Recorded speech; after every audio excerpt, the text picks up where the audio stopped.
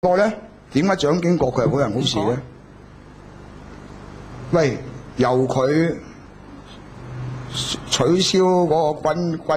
軍政管理噶嘛，台灣大佬取消戒嚴法噶嘛，開個黨禁噶嘛，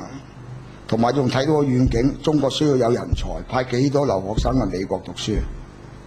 成立個新竹科學園，所以台灣而家有咁多科技咧，帶到喺世界前端嘅。仲保留到中華文明嘅嗰個文化嘅優秀嘅一面，仲喺台灣嚟。你睇啲小説家寫嗰啲文學，最重要咧，佢帶咗中國人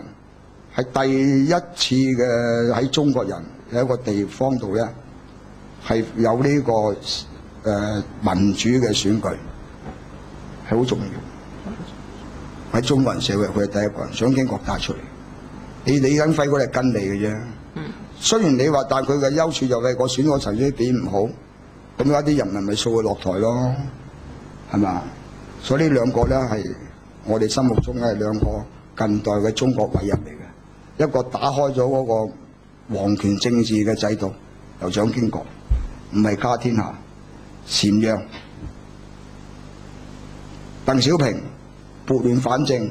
令中國人真係正正式式揾到兩餐飯食，唔使咁凄涼，唔使話成日學雷鋒啦，逢3年補3年，逢補補又3年，而家仲要向佢學習，佢學習你又唔使落嚟香港買名牌啦，翻去學雷鋒咪得咯。你老母嗌啲咁嘅口號，聽嘢眼瞓啊，要紀念佢添，係嘛？